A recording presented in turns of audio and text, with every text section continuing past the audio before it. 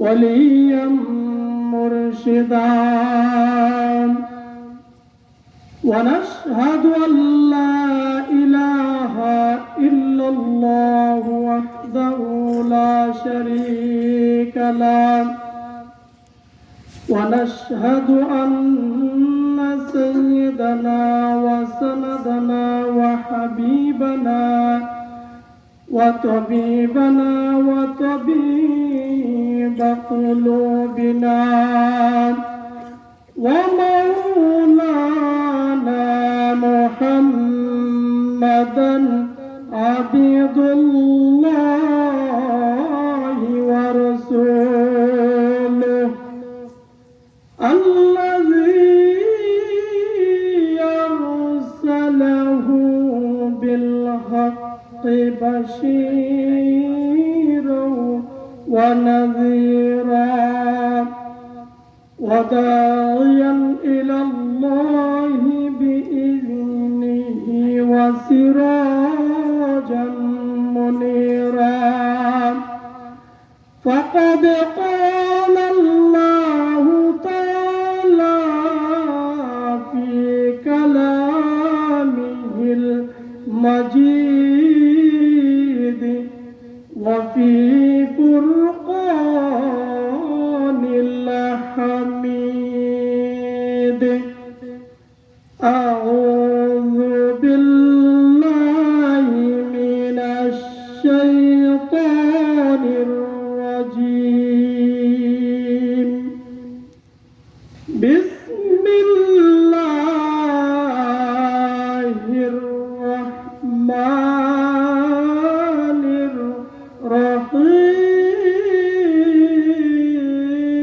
الرحيم يا أيها الذين آمنوا اتقوا الله حق تقاته ولا تموتن إلا وأنتم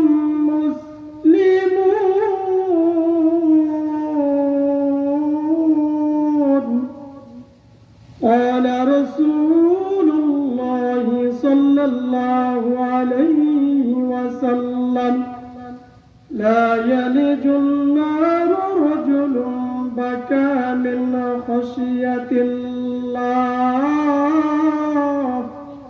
حتى يعود اللبن في الضرع ولا يجتمع غبار في سبيل الله ودخان جهنم صدق الله العظيم وصدق رسوله النبي الكريم ونحن على ذلك من الشاهدين والشاكرين والحمد لله رب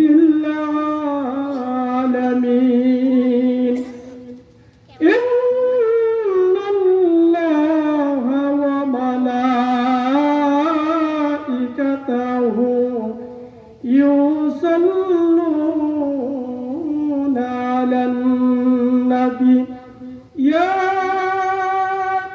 أيها الذين آمنوا صلوا عليه وسلموا تسليما اللهم صل على سيدنا مولانا محمد وعلى آل سيدنا مولانا محمد या इलाही करद हमें उस नबी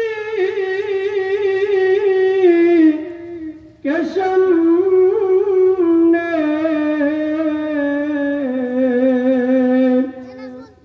ने किया चद को टुकड़ा कफेरू में शम्ने अल्लाहुम्मा सल्ली अला सय्यिदिना मौलाना मुहम्मद व अला आलि सय्यिदिना मौलाना मुहम्मद।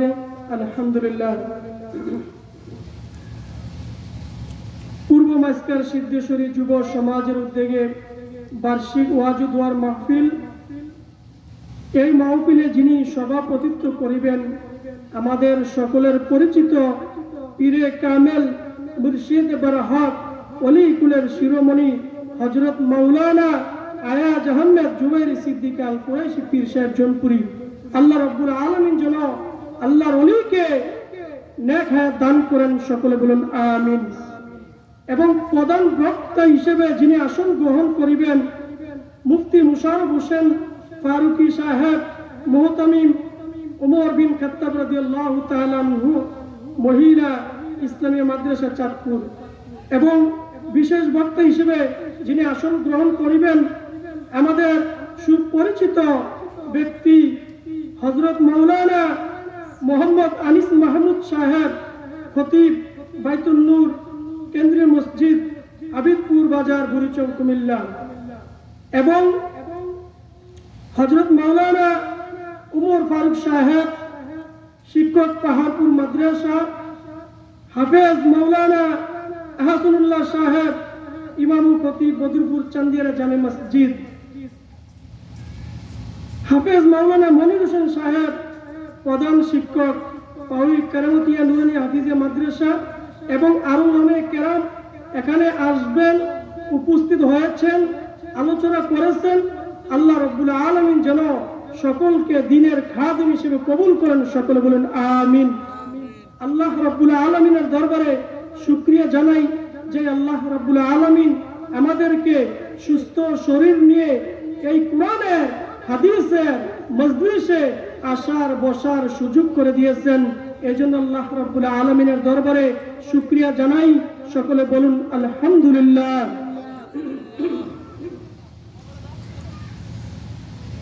আমি আলোচনার পূর্বে একটি অনুরোধ করতে চাই,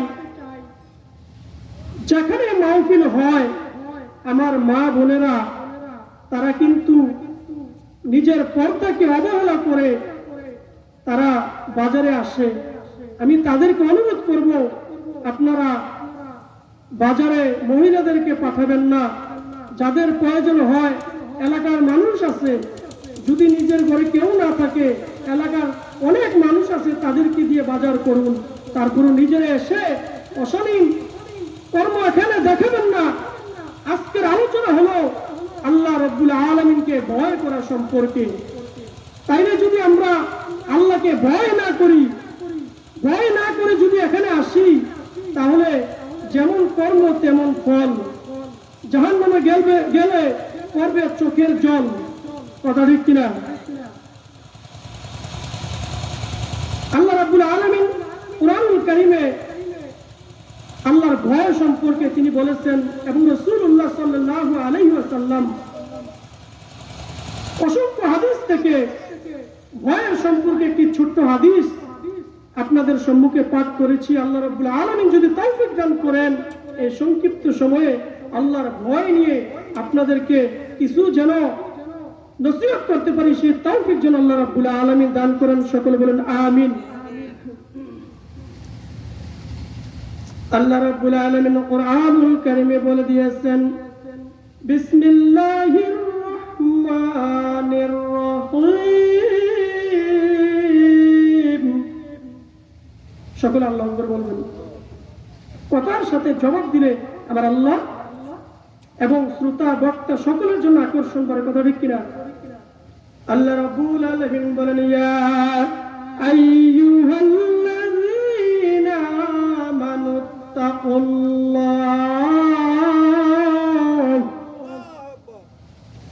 হাক্কা তুকাতিহি ওয়া লা তামুতুন্না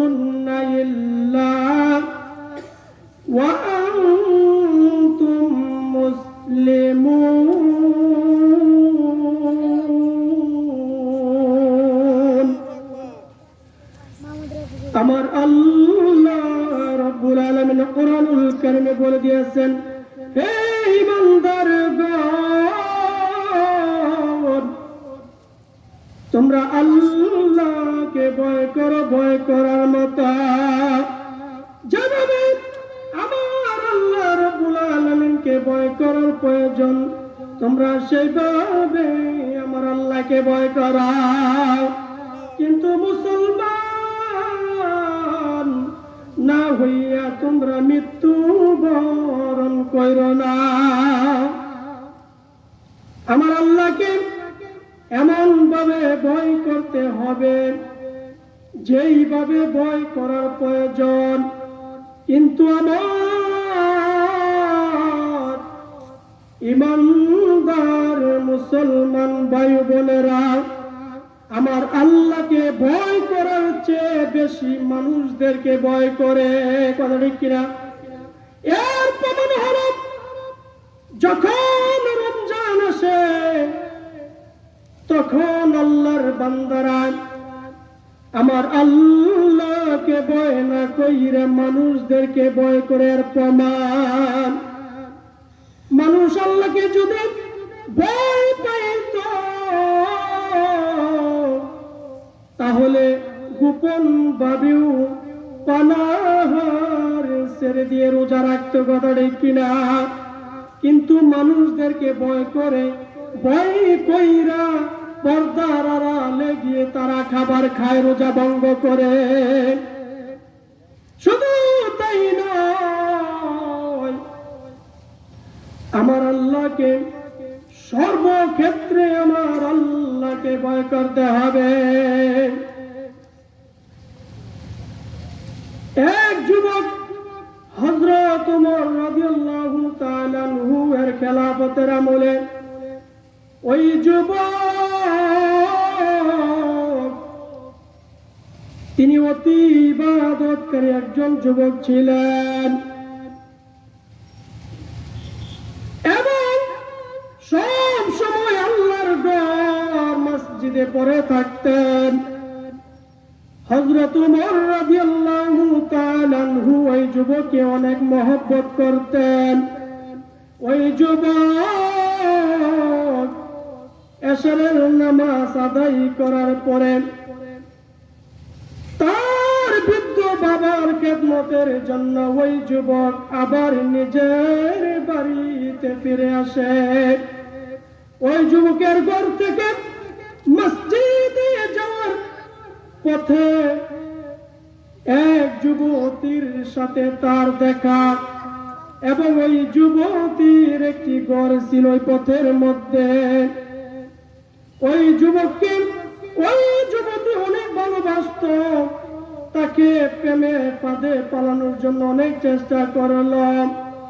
একদিন ওই যুবক যখন ওই যুবতীর সাথে যখন ওই যুবতীর ঘর পর্যন্ত গেল, আল্লাহ রাব্বুল আলামিনের সূরা আরাফের 201 নম্বর আয়াত যখন ওই বান্দা পাঠ করল, পাঠ করার সাথে সাথে ওই বান্দা অজ্ঞান হয়ে মাটিতে পড়ে গেল। জোরে বলুন আল্লাহু আকবার। ওই আয়াতুল আল্লাহ রাব্বুল আলামিন কোরআনুল কারীমে বলে দিয়েছেন, ইন্নাল্লাযীনা ইত্তাকাউ ইযা মাসসাহুম তাইফুম মিনাশ শাইতান তাযাক্কারু ফাইযা হুম মুবসিরুন। যারা তাকওয়ার অধিকারী এবং যাদেরকে শয়তান কুমন্ত্রণা দেয় তাদের অন্তর আত্মসচেতন হয়, তারা জাগ্রত হয়ে যায় এবং তাদের দুটি চক্ষু খুলে যায়। জোরে বলেন সুবহানাল্লাহ। ওই সন্তান অজ্ঞান হয়ে যাওয়ার পর যখন ওই যুবতী মহিলা দেখলেন তিনি অজ্ঞান হয়ে গেছেন, ওই যুবতী মহিলা এবং তার বাদী মিলে ওই যুবককে তার ঘরের মধ্যে নিয়ে আসলো। আসার পরে ওই ঘরের মধ্যে একটি টুকা দিয়ে যুবতী এবং তার বাদী সরে গেল। সরে যাওয়ার পর ওই যুবকের ঘরের পরিবারের লোকেরা যখন তারা শব্দের আওয়াজ পাওয়ার পর যখন দরজা খুলে ওনার সন্তানকে ঘরে নিয়ে যায়, ওই যুবক যখন মধ্যরাতে তিনি আবার জ্ঞান ফিরে আসলো। জ্ঞান ফিরে আসার পর ওই যুবককে যখন তার পরিবারের লোকেরা জিজ্ঞাসা করলো, হে যুবক, আমার সন্তান, তোমার কি হয়েছে, তুমি ঘটনা খুলে বলো। ওই যুবক যখন সমস্ত ঘটনা খুলে বললেন, খুলে বলার পর ওই যুবকের বাবা ওই যুবককে বলল, বাবা, তুমি যেই কুরআনুল কারীমের আয়াত পাঠ করেছ, ওই কুরআনুল কারীমের আয়াত আবার পাঠ করে শোনাও। সুবহানাল্লাহ। ওই যুবক আবার যখন কুরআনুল কারীমের আয়াত পাঠ করে শোনাইলেন, এই আয়াতে সূরা আরাফের 201 নম্বর আয়াত আবার ওই যুবক পাঠ করলো। ওই যুবক এই কুরআনুল কারীমের আয়াত যখন আবার পাঠ করলো, পাঠ করার পরে দেখা গেল ওই যুবক আবার অজ্ঞান হয়ে গেছে। যখন দেখা হলো, দেখে সবাই ওই যুবক ওই কুরআনুল কারীমের আয়াত পাঠ করতে করতে দুনিয়ার জমিন থেকে মৃত্যুর কোলে ঢলে পড়েছে। ওই যুবক আর দুনিয়ার জমিনে নাই। তাহলে তারা কেমন আল্লাহকে ভয় করে আর আমরা কেমন ভয় করি? যারা আল্লাহর কালাম একবার পাঠ করেছে, বেহুশ হয়ে গেছে, আবার পাঠ করেছে, তারা দুনিয়ার জমিন থেকে মৃত্যুবরণ করেছে। সুবহানাল্লাহ। আর আমরা কেমন ভয় করি? চুরি করলে ভয় লাগে না, ডাকাতি করলে ভয় লাগে না, ঘুষ খাইলে ভয় লাগে না, মদ খাইলে ভয় লাগে না, ব্যভিচার করলে ভয় লাগে না, চুরি ডাকাতি সন্ত্রাসী বর্বরতা অজ্ঞতা সবকিছু আমাদের বাংলার জমিনে এসে পড়েছে। কথা ঠিক কিনা? এই পৃথিবীর জমিনের মধ্যে এই ফিলিস্তিন যখন মুসলমানরা আজকে নির্যাতিত, নিপীড়িত, লাঞ্ছিত, অপমানিত হতেছে, আর ইসরায়েলরা যখন এভাবে অত্যাচার করতেছে, কিন্তু আমরা মুসলমান হইয়া ওই দিকে আমরা তাদেরকে নিন্দা না করে তাদেরকে আমরা আরো সমর্থন দিতেছি। কথা ঠিক কিনা? ওই যুবক যখন এই কুরআনুল কারীমের আয়াত পাঠ করে মৃত্যুর কোলে ঢলে পড়লেন, ওই যুবকের পরিবার তাকে রাত্রে দাফন কাফন করে মাটি দিয়ে দেয়। এর পরের দিন হযরত ওমর রাদিয়াল্লাহু তাআলা আনহু এসে ওই যুবকের বাবাকে বললেন, তুমি আমার যুবকের কবরের পাশে নিয়ে আমাকে নাও। যুবককে যখন যুবকের কবরের পাশে যখন হযরত ওমর রাদিয়াল্লাহু তাআলা আনহুকে নিয়ে গেলেন, হযরত ওমর রাদিয়াল্লাহু তাআলা আনহু এবং তার সঙ্গীরা সবাই যখন কবরের পাশে গেলেন, কবরের পাশে গিয়ে ডাক দিয়ে বলেন, যুবক, হে উমর, যারা আল্লাহ রাব্বুল আলামিনের দরবারে দাঁড়াইতে ভয় পায় তাদের জন্য দুটি জান্নাত রেখে দিয়েছে। জোরে বলুন সুবহানাল্লাহ। দুটি জান্নাত কোনটি? আল্লাহ রাব্বুল আলামিনের কুরআনুল কারীমের আয়াত পাঠ করে শুনে দিয়েছেন, ওয়ালিমান খাফা মাকাম রাব্বিহি জান্নাতান।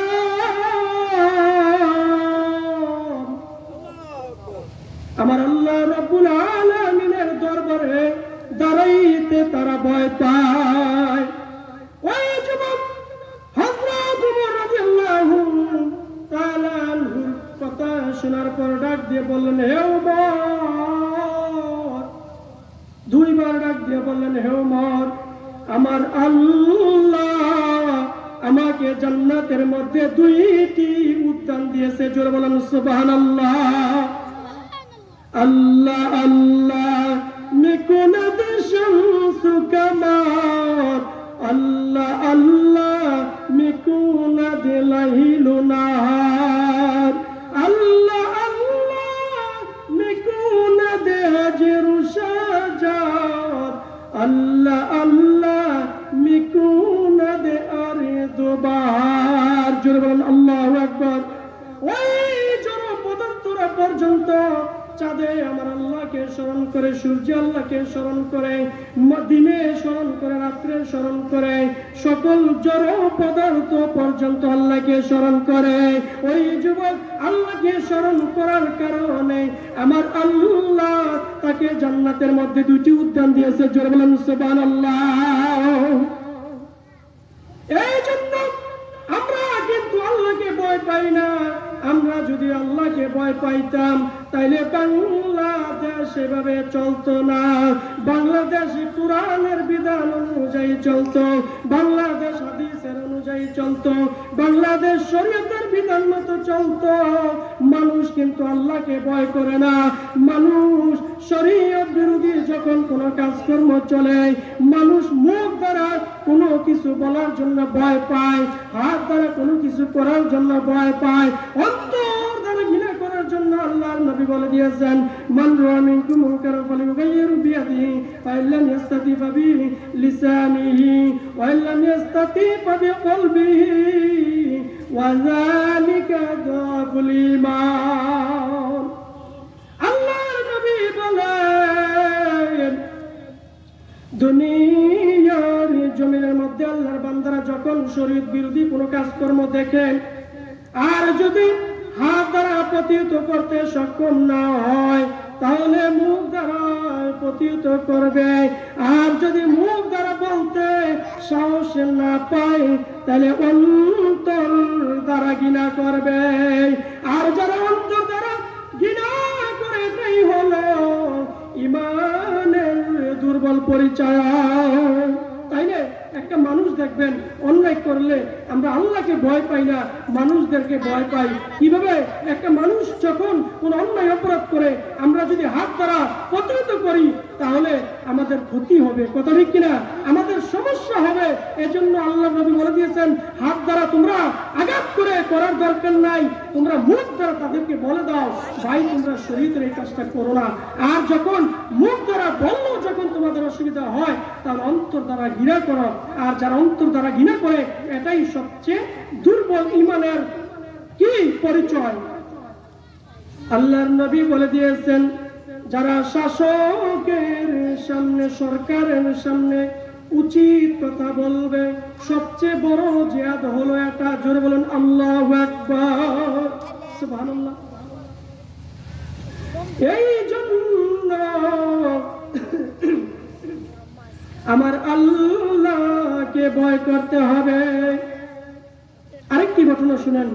আল্লাহকে ভয় করার জন্য একটা মহিলা, উনি অনেক অত্যাচারিত হয়েছেন, রক্তপাত হয়েছেন, ওনাকে শেষ পর্যন্ত মৃত্যু দেওয়া হয়েছে। তারপরেও আল্লাহকে ভালোবেসেছে, আল্লাহকে ভয় করেছে, জালেম শাসকদেরকে ভয় করে নাই। ওই ঘটনা হলো ফেরাউনের জামানায় হাসকিনের স্ত্রী,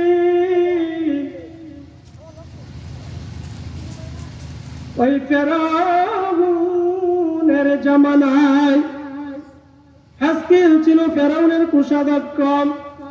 আর ওই হাসকিলের স্ত্রী আমার আল্লাহ রাব্বুল আলামিনের উপর ঈমান এনেছিল এবং হাসকিল উপর 100 বছর পূর্বে ঈমান এনেছিল। ওই হাসকিলের স্ত্রী, তার দায়িত্ব ছিল ফেরাউনের কন্যার মাথার চুল আঁচড়িয়ে দেওয়ার জন্য। একদিন ফেরাউনের স্ত্রী যখন,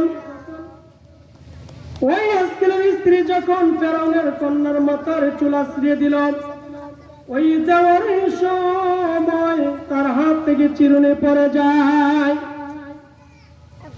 হাত একদিন অভ্যাস অনুযায়ী ওই হাসকিলের স্ত্রী বলল, কাফের ধ্বংস হোক। জোরে বলেন আল্লাহু আকবার। কাফের ধ্বংস হোক। এই কথা বলার পর ওই ফেরাউনের কন্যা ডাক দিয়ে বলে, হে মহিলা, আপনি কি আমার বাবা ফেরাউনকে প্রভু হিসেবে মানেন না? ওই হাসকিলের স্ত্রী ডাক দিয়ে বলে, হে ফেরাউনের কন্যা, তোমার যিনি প্রভু, আমার যিনি প্রভু, ও তোমার বাবা ফেরাউনের যিনি প্রভু, আসমান জমিনের যিনি প্রভু, তিনি হলেন এক আল্লাহ।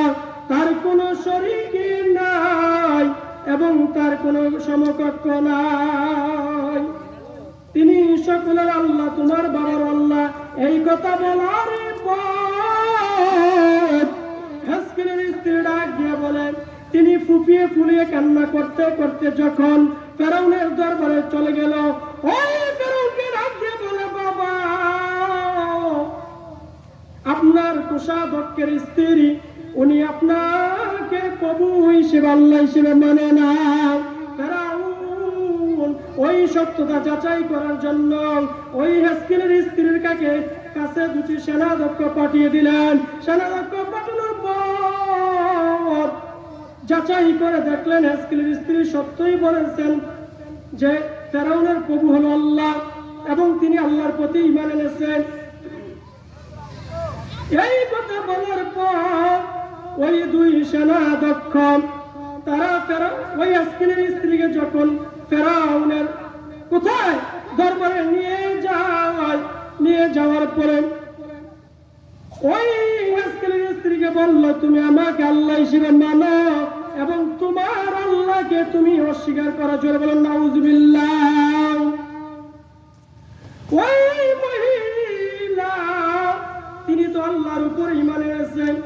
যদি ওনাকে শাস্তিও দেওয়া হয়, আল্লাহর ঈমানদার বান্দারা পৃথিবীর কোন সম্পদ চায় না, কোন ধন সম্পদ চায় না, শুধু চায় আমার আল্লাহকে। ওই মহিলা ডাক দিয়ে বলে, আমি তোমাকে প্রভু হিসেবে মানব না। আমার যিনি আল্লাহ, যার উপর ঈমান এনেছি, তিনি হলেন আমার আল্লাহ। তিনি আসমান জমিনের আল্লাহ, তিনি তোমার আল্লাহ। জোরে বলেন সুবহানাল্লাহ। ওই ফেরাউন তিনি কি করলেন? সহ্য না কইরা ওই মহিলার হাতে এবং পায়ে 4টি পেরেক মেরে দিলেন। পেরেক মেরে দেওয়ার পরেও বললেন, তুমি যদি আমাকে আল্লাহ না মানো, তোমাকে আরো শাস্তি দিব।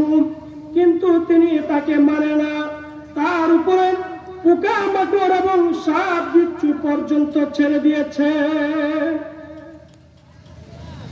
ওই সাপ বিচ্ছু যখন হাসকিলের স্ত্রীকে শাস্তি দিতেছেন, তারপরেও তাকে আবার যখন জিজ্ঞাসা করলেন, তুমি আমাকে আল্লাহ হিসেবে মানো, আর যদি আমাকে প্রভু হিসেবে না মানো, তাহলে তোমাকে আমি আরো 2 মাস এভাবে শাস্তি দিতে থাকবো। ওই হাসকিলের স্ত্রী ডাক দিয়ে বলে, এই ফেরাউন, তুমি 2 মাস নয়, যদি আমাকে 70 মাস পর্যন্ত শাস্তি দাও, তাহলে আমি তোমাকে প্রভু হিসেবে মানব না। জোরে বলেন আল্লাহু আকবার। তোমাকে প্রভু হিসেবে মানব না। সুবহানাল্লাহ। এই কথা বলার পর ওই ফেরাউনের শরীরে যখন তেলে বেগুনে জ্বলে উঠল, ওই ফেরাউন সহ্য করতে না পাইরা ওই হাসকিলের 2টি কন্যাকে ধরে এনেছে। 2টি কন্যাকে ধরে আনার পর ওই ফেরাউন আবার ডাক দিয়ে বলেন, তোমার বড় কন্যাকে আমি হত্যা করব যদি তুমি আমাকে প্রভু হিসেবে না মানো। কিন্তু মহিলা বলে, আমি কি তোমাকে প্রভু হিসেবে মানব না। এই কথা বলার পর ওই ফেরাউন ওই কন্যাকে তার বুক আঘাত করে হৃৎপিণ্ডকে তুলে নিয়েছে। জোরে বলেন নাউজুবিল্লাহ। হৃৎপিণ্ড নেওয়ার পর ওই শিশুকে যখন হত্যা করলো, হত্যা করার পর আবার ছোট বাচ্চাকে, শিশুকে যখন আবার বুকের উপরে পা রাখলো, বুকের উপরে পা রাখার পর ডাক দিয়ে বললো, তুমি যদি আমাকে আল্লাহ হিসেবে না মানো তাহলে তোমার এই কন্যাকে আমি হত্যা করব। ছোট বাচ্চা, দুধের বাচ্চা, মা যতই কিছু করুক না কেন, মা বাবা তাদের অন্তরটা বেকুল হয়ে যায়। ওই সন্তানের প্রতি বেকুল হয়ে যায়, অস্থির হয়ে যায়। যখন অস্থির হয়ে যায় তখন ওই সন্তান, শিশু বাচ্চা ডাক দিয়ে বলে, মা, ও মা, মা গো, তুমি ধৈর্য ধারণ করো। মা, আপনার জন্য আমার আল্লাহ জান্নাতের ব্যবস্থা করে রেখেছে, আপনি একটু ধৈর্য ধারণ করুন, আমার আল্লাহ আপনাকে এমন একজন সুখময় জান্নাত দিয়ে দিবে। আপনি এই জালেম ফেরাউনের কথা শুনবেন না। এই দুধের শিশু বাচ্চার কথা শোনার পরেও ওই জালেম ফেরাউন ওই শিশুকে হত্যা করেছে এবং হেস্কিলের স্ত্রী হত্যা করে হেস্কিলের স্ত্রী জান্নাতে চলে গেছে। সুবহানাল্লাহ। ও আল্লাহর বান্দা, একবার আল্লাহকে ভয় করেন। আমরা তো ইসলাম স্বাধীন মতো পাইলাম, আমাদের ইসলাম পাইতে কোনো কষ্ট হয় নাই, নামাজ পড়তে কোনো বাধা নাই, রোজা রাখতে কোনো বাধা নাই, হজ করতে কোনো বাধা নাই, আল্লাহর ইবাদত করতে কোনো বাধা নাই, মাহফিল করতে কোনো বাধা নাই। কিন্তু কিছু কিছু জালেম ছিল, আলেমদেরকে ঘৃণা করে, কুরআনের হাদিসের মজলিসকে করতে দেয় না। কথা ঠিক কিনা? আল্লাহ রাব্বুল আলামিন যেন এমন জালেমদের থেকে আমাদের রাষ্ট্রকে সুবিধা করে দেয়, সহজ করে দেয়। এই কুরআনের হাদিসের বিধান অনুযায়ী যেন সংবিধান যেন হয়, সেই তৌফিক যেন আমার আল্লাহ রাব্বুল আলামিন দান করেন। সকলে বলেন আমিন। দেখেন, ওই ফেরাউন হেস্কিলের স্ত্রী, সন্তান সবাইকে হত্যা করেছে। তারপরেও ওই মহিলা ফেরাউনকে ভয় করে নাই, আমার আল্লাহ রাব্বুল আলামিনকে ভয় করেছে।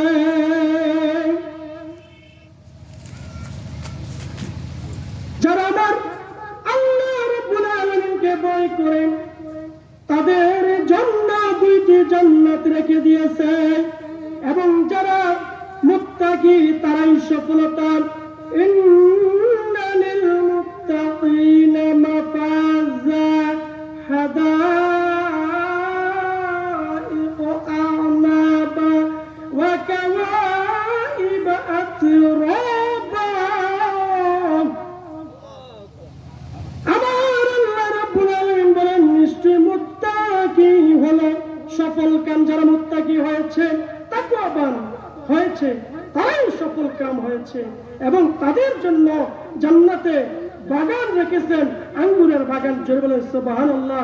এবং তারাই জান্নাতে শুভ সমবয়স্কার মতো তরুণী পাবে, যুবতী পাবে। জোরে বলেন সুবহানাল্লাহ। ওই ওমর রাদিয়াল্লাহু তাআলা আনহুর জামানায় যে যুবক ওই সুন্দরী নারীর দিকে তাকাই নাই, শুধু আমার আল্লাহ রাব্বুল আলামিনের জন্য ভয় পাইছে, ওই যুবকদের জন্য এমন সুন্দর জান্নাতে আঙ্গুরের ব্যবস্থা করে দিবে এবং সুন্দর সুন্দর তরুণী যুবতীর ব্যবস্থা করে দিবে। এজন্য আমরা আল্লাহকে এমন ভাবে ভয় করতে হবে যে ভয়টা হবে আমার আল্লাহ যেন সন্তুষ্টি হয়। ভয় অর্থ হলো, তাকওয়া অর্থ হলো যেই বিরত থাকা, দেখে রাখা, ভয় করা। কোন আদেশ নিষেধ থেকে যদি, নিষেধ কাজ থেকে যদি আমরা বিরত থাকি, নিজেদেরকে ডেকে রাখি, এটাই তো তাকওয়ার একটি পরিচয়। हर के दारद खौफे हो की दूरी दिल मदाम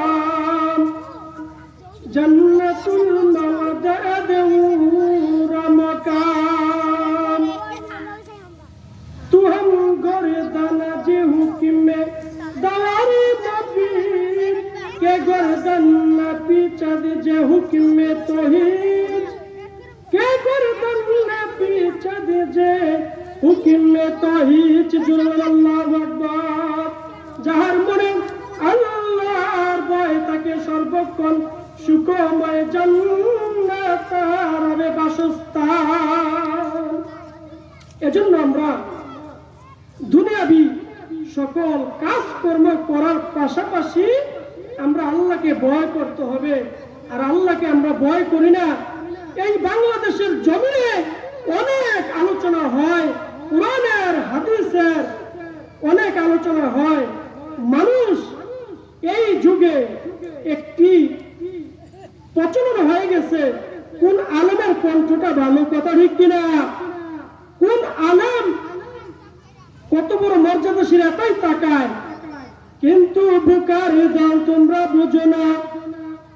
মিজানুর রহমান আজারিয়ানা তুলাব্বাসী, ডক্টর জাকির নায়েক যেই কুরআনুল কারীমের আয়াত পাঠ করবে এবং অন্য হুজুর যদি এই কুরআনুল কারীমের আয়াত পাঠ করে, এই আয়াতের মধ্যে কোনো পার্থক্য নাই। আলেমদের মধ্যে পার্থক্য থাকতে পারে, কিন্তু এই কোরআনের ভিতরে কোনো পার্থক্য নাই। তাই না? কোরআনটা আমরা মানলে অসুবিধাটা কি? আল্লাহ রাব্বুল আলামিন যেন আজান হয়ে গেছে, আল্লাহ রাব্বুল আলামিন যেন তার ভয় আমরা অন্তরে রাখতে পারি।